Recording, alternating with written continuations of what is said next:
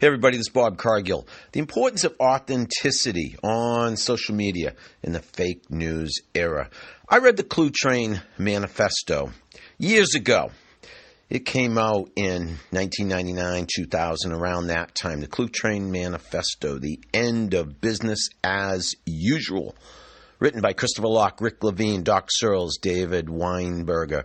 And one of the quotes I'm using in an upcoming presentation from that book is, quote, companies need to come down from their ivory towers and talk to the people with whom they hope to create relationships. Come down, come the heck down from your ivory towers, corporations, and talk to the people who are doing business with you, who want to do business with you, who want to create mutually beneficial relationships with you. That's what social media is all about. That's what authenticity is all about. Transparency, immediacy. We've had so many different ways of communicating over the years. We can go back to hieroglyphics and smoke signals and Morse code. I can go back to writing letters and newspapers and magazine articles, calling people on the telephone, the fax machine, the cell phone. I've been in business quite a while. I've been through email and direct mail and now social media. It's the biggest revolution in communications since the printing press. We've gone from a Kodak moment, if you will, to a Twitter moment. We have created, using social media, this massive disruptive change in how customers and prospects are courted.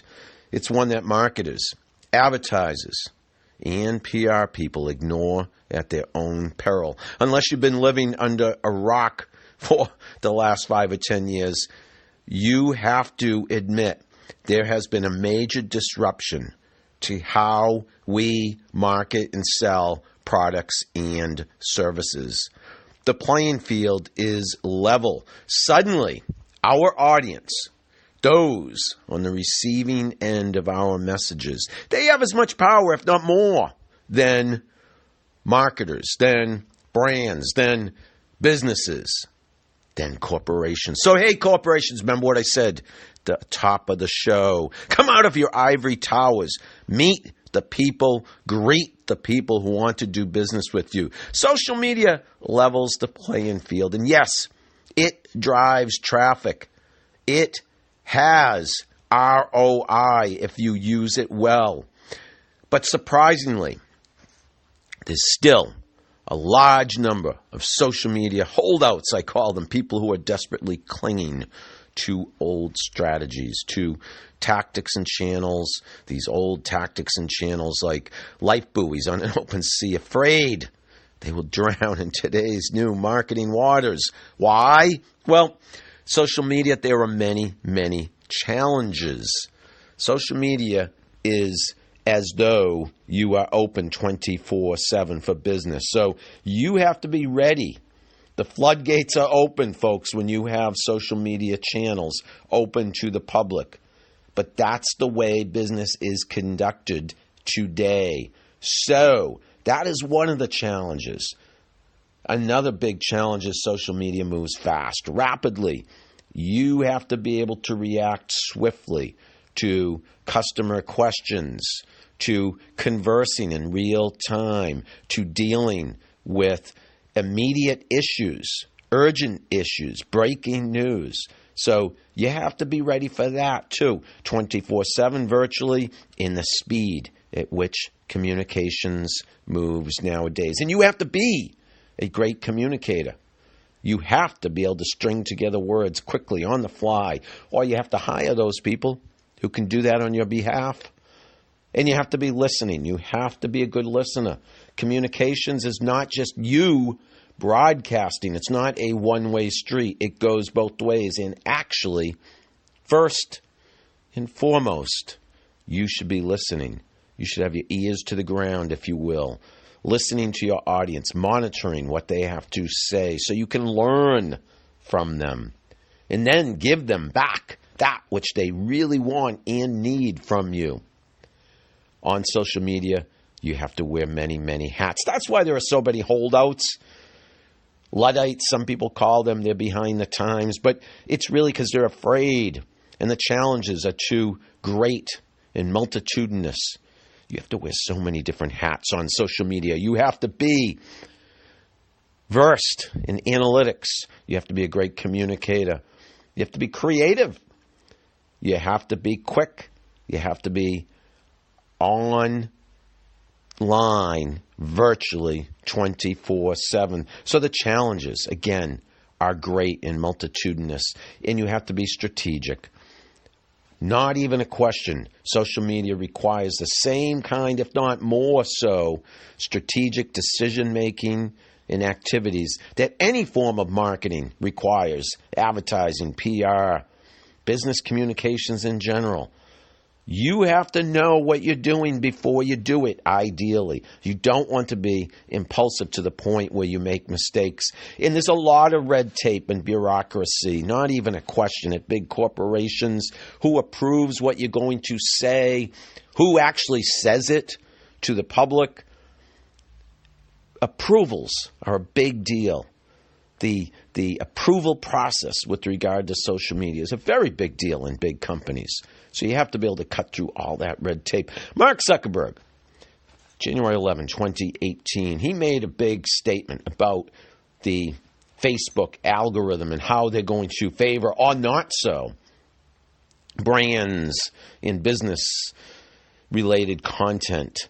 And what I quote here are just a handful of words from him that sum up what he said that is most important to my listeners if you're in business and using social media for business. And that is, quote, Mark Zuckerberg, it should encourage meaningful interactions between people.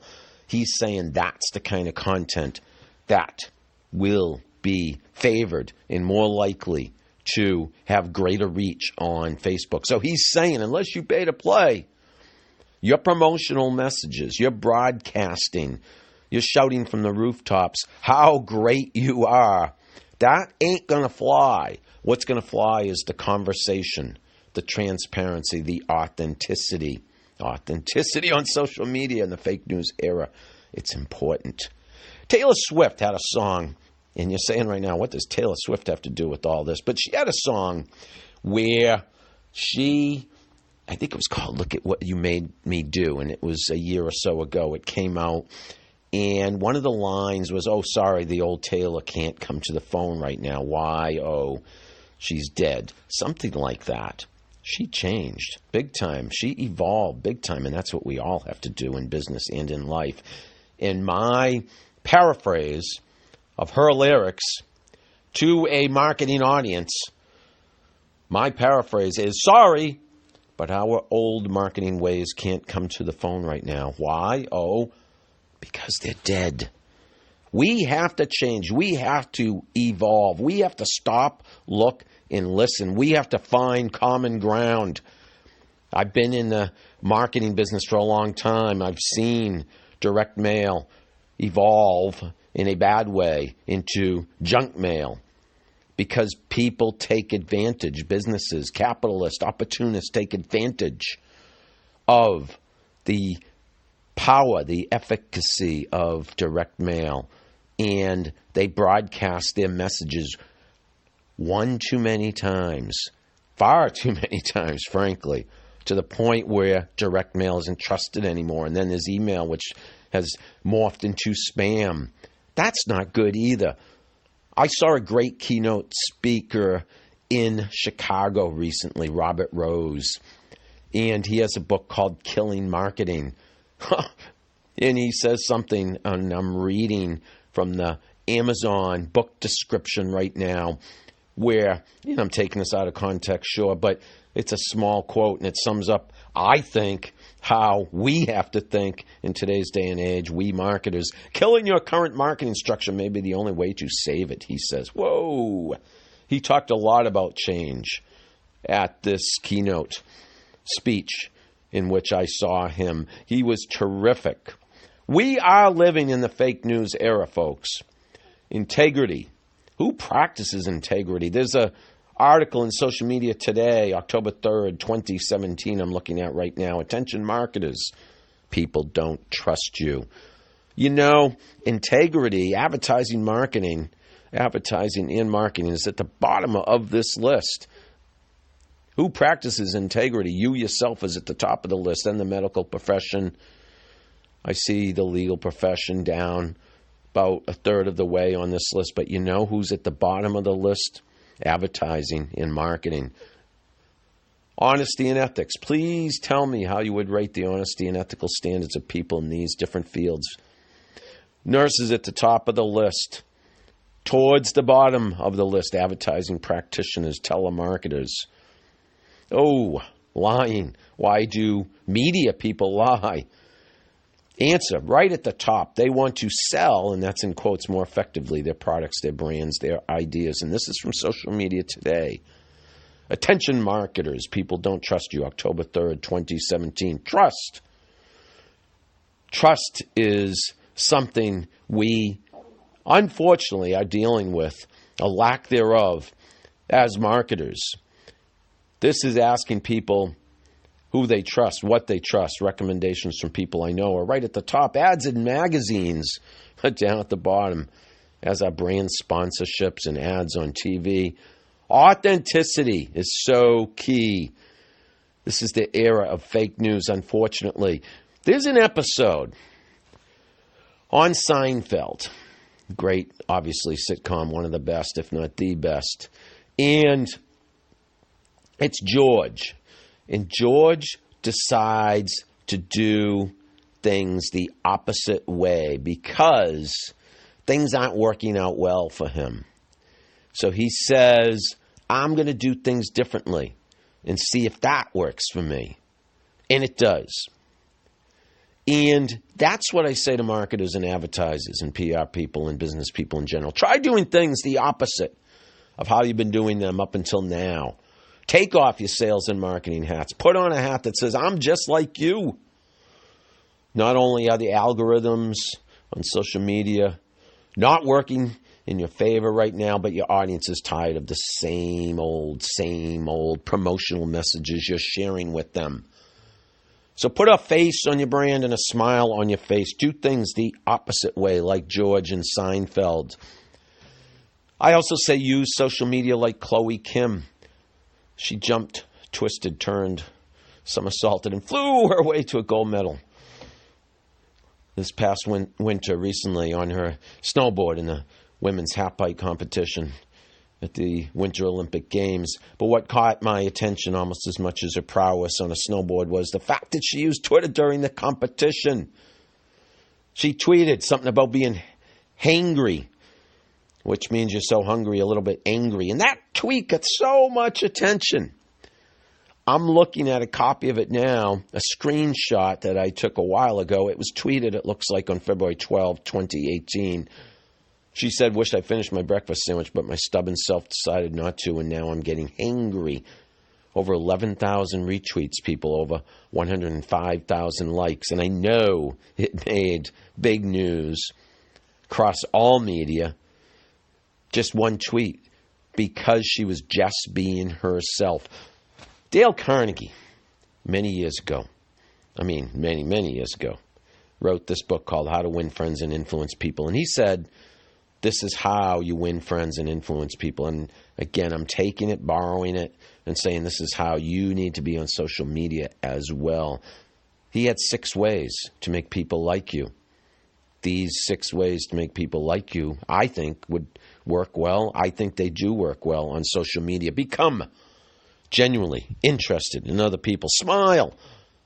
3rd, remember that a person's name is to that person the sweetest and most important sound in any language. And I quote from Dale Carnegie, be a good listener. Encourage others to talk about themselves. Talk in terms of the other person's interest and make the other person feel important. And do it sincerely. Dale Carnegie.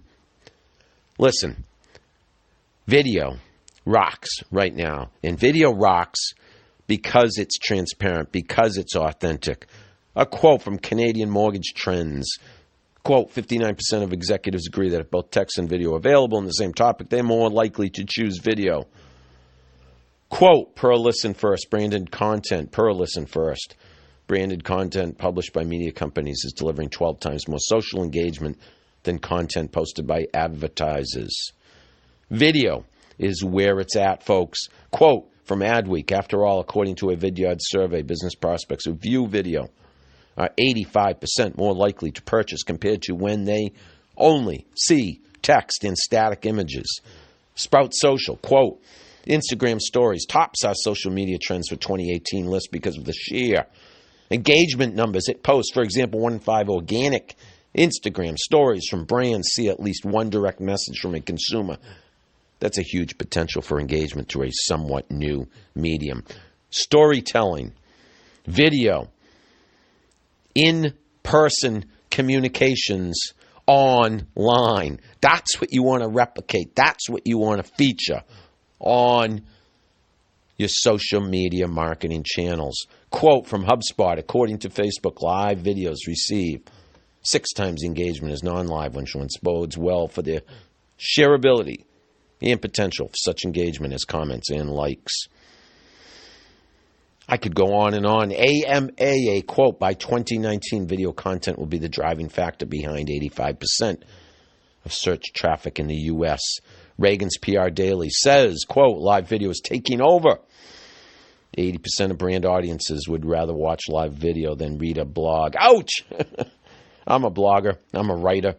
But I'm doing tons of video right now. I'm listening to Gary Vaynerchuk, who says document, don't create. We think it's a lot of work. But it actually, if you're just documenting your day-to-day activities at the office, behind the scenes, your life, your professional and personal life, document it. That's what people want to see. That's what's believable. ClickC says 2018 has been called the year of video marketing. So was 2017 and several years before that, too, for that matter. It's always the year of video because it's the most popular form of content. So, authenticity on social media in the era of fake news, in the fake news era. How do we overcome the algorithms on social media, the lack of trust that is out there among our audiences? They don't look at marketers and advertisers and salespeople and brands and businesses and corporations very favorably. So we have to be ourselves. We have to keep it real. Authenticity has never been so important in advertising marketing. I can't stress that enough. The importance of authenticity in the fake news era.